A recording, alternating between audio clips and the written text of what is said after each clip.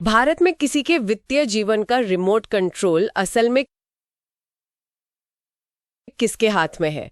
कभी ये सवाल मन में आया है? ये कोई इंसान नहीं है बल्कि एक स्कोर है, सिर्फ एक नंबर। और यही नंबर तय करता है कि किसी को सपनों का घर खरीदने के लिए लोन मिलेगा या नहीं, क्रेडिट कार्ड की अर्जी मंजूर होगी या नहीं, और कुछ मामलों में तो नौकरी मिलेगी या नहीं। आज हम इसी अदृश्य शक्ति के पीछे की कहानी में गहरे उतरने वाले हैं, यानी सिबिल स्कोर। हमारे पास जो स्रोत है उनके आधार पर हम ट्रांस यूनियन नाम की एक कंपनी के हैरान कर देने वाले इतिहास की पड़ताल करेंगे। ये सफर अमेरिका के रेलरोड साम्राज्य से शुरू होकर आज करोड़ों भारतीयों के वित्तीय किस्मत को नियंत्रित करने तक कैसे पहुंचा, चलिए इसे समझते हैं। और ये सिर्फ एक कंपनी का इतिहास नहीं है, ये डेटा, प्राइवेसी और हमारे वित्तीय नियंत्रण की कहानी है।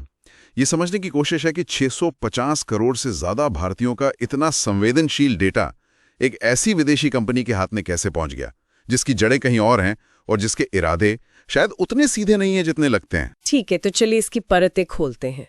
कहानी शुरू होती है 1968 से। तो ट्रांस यूनियन की शुरुआत कैसे हुई? ये हमेशा से एक क्रेडिट ब्यूरो तो नहीं थी। बिल्कुल नहीं। असल में इसकी शुरुआत बहुत ही अलग थी। 1968 में ये यूनियन टैंक कार कंपनी की एक होल्डिंग कंपनी के तौर पर शुरू हुई थी। Union tank car company? नाम से तो लगता है जैसे रेल की टंकियां बनाने वाली कंपनी। हाँ बिल्कुल, वो रेल की टंकियां बनाती और लीज पर देती थी। एक मिनट, रेल की टंकियां मतलब ट्रेन वाले वैगन्स, उनका क्रेडिट स्कोर से क्या लेना देना? ये तो बहुत ही अजीब कनेक्शन लग रहा है। और कनेक्शन इससे भी ज्यादा गहरा और चौंकाने वाला है।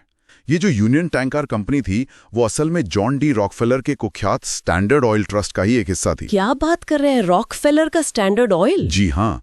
1911 में जब अमेरिकी सरकार ने स्टैंडर्ड ऑयल के एकाधिकार को तोड़ा तो उसके 34 हिस्से हो गए थे।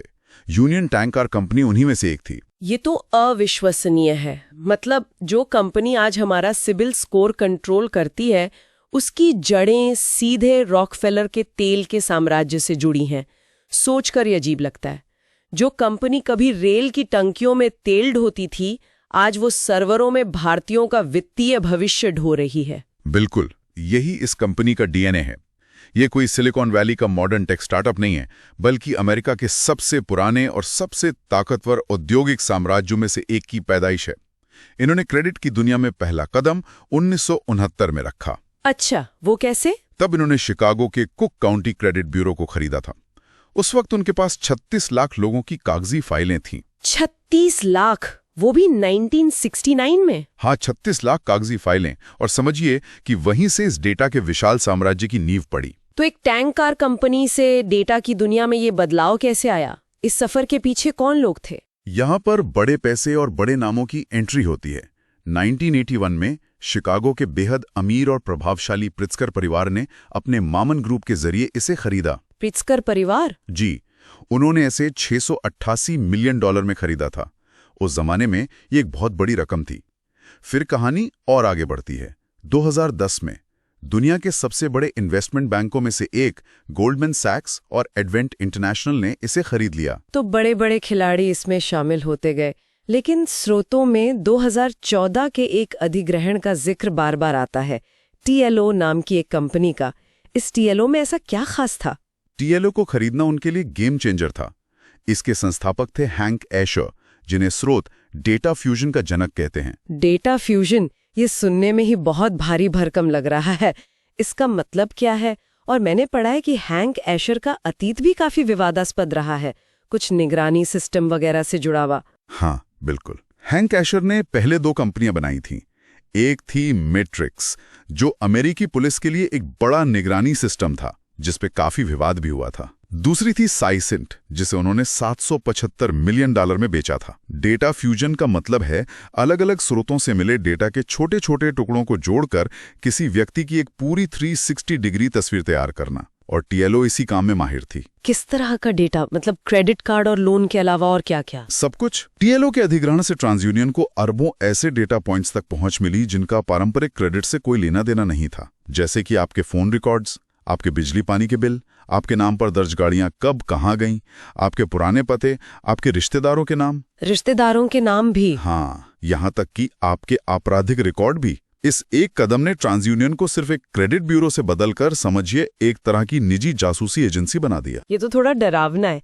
तो ये सब अमेरिका में हो रहा था, लेकिन ये विशाल डेटा मशीन भारत कैसे पहुंची? सिबिल की कहानी क्या है? भारत की कहानी 2000 में शुरू होती है, जब सिबिल यानी credit information bureau India limited की स्थापना हुई।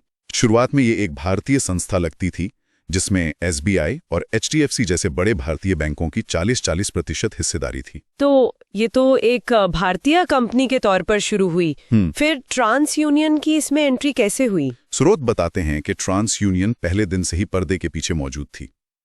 वो इस पूरे ऑपरेशन का दिमाग थे। भारत में जो स्कोरिंग का तरीका, यानी जो एल्गोरिदम और जो सॉफ्टवेयर इस्तेमाल हो रहा था, वो सब ट्रांस यूनियन का था। अच्छा, तो मतलब ढांचा भारतीय था लेकिन इंजन विदेशी था। बिल्कुल सही। और फिर धीरे धीरे उन्होंने पूरी गाड़ी ही खरीद ली। ये कैसे हुआ? ये एक बहुत ही धीमी और शांत प्रक्रिया थी। 2010 तक आते आते ट्रांस यूनियन चुपचाप इसमें बहुसंख्यक मालिक बन गए, यानी 50% से ज्यादा हिस्सेदारी उनकी हो गई। 2016 तक SBI और HDFC जैसे भारतीय शेयरधारक लगभग पूरी तरह से बाहर हो चुके थे। और आज की क्या स्थिति है? आज 2024 में, जिसे हम आम बोलचाल में सिबिल कहते हैं, उसका लगभग 92% हिस्सा ट्रांस यूनियन के पास है। 92%? ये तो बहुत बड़ी बात है। मतलब जिस सिबिल स्कोर पर करोड़ों भारतीयों की जिंदगी टिकी है, वो असल में एक अमेरिकी कंपनी है। और उसका आकार कितना बड़ा है? स्रोत कहते हैं कि ये भारत में वित्तीय डेटा का सबसे बड़ा भंडार है, यहां तक कि आयकर विभाग या RBI से भी बड़ा। हाँ, ये सच है। आज ट्रांस यूनियन सिबिल के पास 65 करोड़ से ज्यादा भारतीयों का वित्तीय डेटा है। ये किसी भी सरकारी एजेंसी या बैंक से कहीं ज्यादा है। ये अपने आप में एक डेटा का राष्ट्र है। जब आपके पास इतने बड़े पैमाने पर इतना संवेदनशील डेटा हो, तो आपकी सबसे बड़ी जिम्मेदारी उसकी सुरक्षा होनी चाहिए। यकीनन उनकी सिक्योरिटी दुनिया में सबसे अच्छी होगी। दुर्भाग्य से असलियत ठीक इसके उलट है। 2022 में ग्रेट इंडियन सिबिल लीक सामने आया, जिसने सबको चौंका दिया। हाँ, मैंने इसके बारे में पढ़ा था। क्या हुआ था? बिल्कुल, ये टेलीग्राम चैनलों पर डेटा बिकने की क्या कहानी है? हुआ ये कि बिहार और बंगाल में बैठे कुछ हैकरों ने पार्टनर बैंकों के लॉगिन ID और पासवर्ड चुरा लिए। इन चोरी किए गए क्रेडेंशियल्स का इस्तेमाल करके उन्होंने टेलीग्राम पर एक सर्विस शुरू कर दी। सिर्फ 500 रुपए में कोई भी किसी भी व्यक्ति की असीमित लाइव सिबिल रिपोर्ट निकाल सकता था। लाइव रिपोर्ट मतलब बिल्कुल ताजा अपडेटेड जानकारी। हाँ, बिल्कुल रियल टाइम डेटा। आपका पैन नंबर, आधार नंबर, फोन नंबर, पता, आपकी सैलरी, आपने कहाँ लोन के लिए अप्लाई किया, कहाँ डिफॉल्ट किया, आपकी पूरी वित्तीय कुंडली सिर्फ 500 रुपए में उपलब्ध थी। 500 रुपए में? जी। अनुमान है कि इस तरह 60 से 70 लाख भारतीयों का डेटा लीक हुआ। ये तो भयानक है। मेरी पूरी वित्तीय जिंदगी किसी के हाथ में सिर्फ 500 रुपए में। ट्रांस यूनियन ने इस पर क्या प्रतिक्रिया दी? उनकी प्रतिक्रिया बहुत दिलचस्प थी। उन्होंने इसे डेटा ब्रीच या हैक मानने से इनकार कर दिया। उन्होंने इसे अनाधिकृत पार्टनर एक्सेस कहा। ये शब्दों का एक खेल था जिसका मकसद जिम्मेदारी से बचना था। ये दिखाना कि उनके सिस्टम में कोई कमी नहीं है, बल्कि गलती उनके किसी पार्टनर की है। और RBI ने क्या किया? उन पर कोई जुर्माना लगा? RBI ने उन पर 1.02 करोड़ रुपए का जुर्माना लगाया। 1 करोड़ बस? हाँ, ये रकम सुनने में बड़ी लग सकती है, लेकिन जब आप उनकी कमाई से इसकी तुलना करेंगे तो ये ऊंट के मुंह में जीरे के बराबर है। और क्या ये सिलसिला वहीं रुक गया या लीक जारी रहे? नहीं, ये तो बस शुरुआत थी। 2023 में USODD नाम के एक हैकर ने एक हैकिंग फोरम पर 3 करोड़ भारतीयों के ताजा सिबिल रिकॉर्ड्स बिक्री के लिए डाल दिए। इसमें पूरी की पूरी PDF रिपोर्ट शामिल थी। 3 करोड़ और? जी। और स्रोत के मुताबिक 2024 में आज भी कई टेलीग्राम चैनलों पर 70 से 150 रुपए में फ्रेश लाइव सिबिल हिट्स खुलेआम बिक रहे हैं। ये बार बार कैसे हो रहा है? उनकी सुरक्षा में ऐसी कौन सी बुनियादी खामी है जिसे वे ठीक नहीं कर पा रहे हैं? मूल समस्या उनके बिजनेस मॉडल में छिपी है। उनके सैकड़ों पार्टनर हैं, बैंक, NBFCs और ढेरों फिनटेक ऐप्स। इन सभी के पास सिबिल के सिस्टम तक सीधा API एक्सेस होता है। API एक्सेस, इसे थोड़ा सरल भाषा में समझाएंगे? जरूर। API समझिए एक तरह का डिजिटल दरवाजा है, जिससे ये कंपनियां सीधे सिबिल के डेटाबेस से जानकारी खींच सकती हैं। समस्या ये है कि इन दरवाजों को खोलने वाली चाबियां यानी लॉगिन क्रेडेंशियल्स अंडरवर्ल्ड में पोकेमॉन कार्ड्स की तरह ट्रेड होती हैं। एक बार किसी पार्टनर का लॉगिन लीक हुआ तो हैकर के लिए पूरा खजाना खुल जाता है। तो इसका समाधान क्या है? क्या इसे रोका नहीं जा सकता? बिल्कुल रोका जा सकता है। सुरक्षा के कई बुनियादी उपाय हैं जो वो लागू कर सकते हैं, जैसे कि IP white listing. IP white listing, ये क्या होता है? इसका मतलब है कि आप एक लिस्ट बना देते हैं कि सिर्फ इन गिने चुने भरोसेमंद कंप्यूटरों यानी आईपी एड्रेस से ही सिस्टम में लॉगिन किया जा सकेगा। अगर कोई हैकर बिहार में बैठकर किसी बैंक के मुंबई ऑफिस के क्रेडेंशियल्स इस्तेमाल करने की कोशिश करेगा तो सिस्टम उसे ब्लॉक कर देगा। ये बहुत ही बेसिक सुरक्षा है। और दूसरा कोई उपाय? दूसरा है हार्डवेयर आधारित 2 फैक्टर ऑथेंटिकेशन या 2FA। इसका मतलब है कि लॉगिन करने के लिए सिर्फ पासवर्ड काफी नहीं है, आपको एक फिजिकल चीज जैसे पेन ड्राइव जैसी एक छोटी सी डिवाइस भी कंप्यूटर में लगानी होगी। बिना उस डिवाइस के पासवर्ड पता होने पर भी कोई लॉगिन नहीं कर सकता। तो इतने बड़े और बार बार हो रहे लीक्स के बाद भी ट्रांसयूनियन ये बुनियादी सुरक्षा उपाय क्यों लागू नहीं कर रही है? ये बात समझ से परे है। यहीं पर स्रोत एक बहुत ही परेशान करने वाला विचार सामने रखता है। वो कहते हैं ये कोई बग नहीं है, ये उनके बिजनेस मॉडल का एक फीचर है। एक मिनट, बग नहीं फीचर है, इसका क्या मतलब हुआ? क्या वो कहना चाहते हैं कि ये जानबूझकर हो रहा है? तर्क ये है कि ट्रांसयूनियन का रेवेन्यू मॉडल हर एक क्रेडिट रिपोर्ट पुल पर आधारित है। जब भी कोई, चाहे वो एक वैध बैंक हो या टेलीग्राम पर बैठा एक अपराधी, सिस्टम से एक रिपोर्ट खींचता है, ट्रांसयूनियन को पैसा मिलता है। हर हिट उनके खाते में पैसा जोड़ता है। मतलब सिस्टम जितना आसान और सुलभ होगा उतनी ज्यादा रिपोर्टें निकाली जाएंगी और उतनी ही ज्यादा उनकी कमाई होगी। तो क्या इसका मतलब यह है कि कड़ी सुरक्षा लगाने से उनकी कमाई कम हो सकती है? बिल्कुल। यहां पहुंच और सुरक्षा के बीच एक सीधा टकराव है।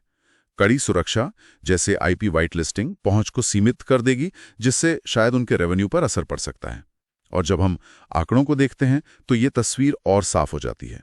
2023-24 में ट्रांसयूनियन सिविल ने सिर्फ भारतीय डेटा से 2200 करोड़ का राजस्व कमाया। 2200 करोड़ रुपए? जी, और 700 करोड़ का शुद्ध लाभ। तो जब आप इतना पैसा कमा रहे हो तो शायद आप ऐसा कोई भी कदम उठाने से बचेंगे जिससे आपकी कमाई पर थोड़ा भी असर पड़े, भले ही उसकी कीमत करोड़ों भारतीयों की प्राइवेसी हो। स्रोत इसी विरोधाभास की ओर इशारा करता है।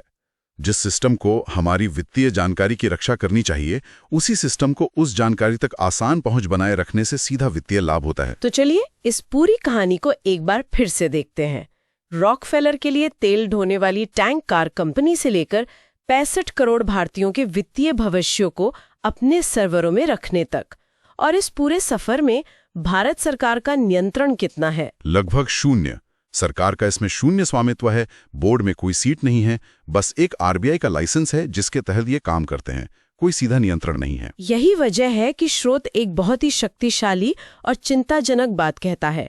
वो ट्रांसयूनियन को भारतीय धरती पर काम करने वाली सबसे शक्तिशाली निजी खुफिया एजेंसी कहते हैं।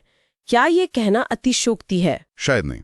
आप सोचिए, कौन सी खुफिया एजेंसी के पास 65 करोड़ नागरिकों की इतनी निजी, इतनी विस्तृत और लगातार अपडेट होने वाली वित्तीय जानकारी होती है? स्रोत का तर्क है कि ये किसी भी पारंपरिक जासूसी एजेंसी से ज्यादा शक्तिशाली इसलिए है क्योंकि हम भारतीय खुद स्वेच्छा से हर दिन इसे और ज्यादा डेटा देते हैं। सही बात है।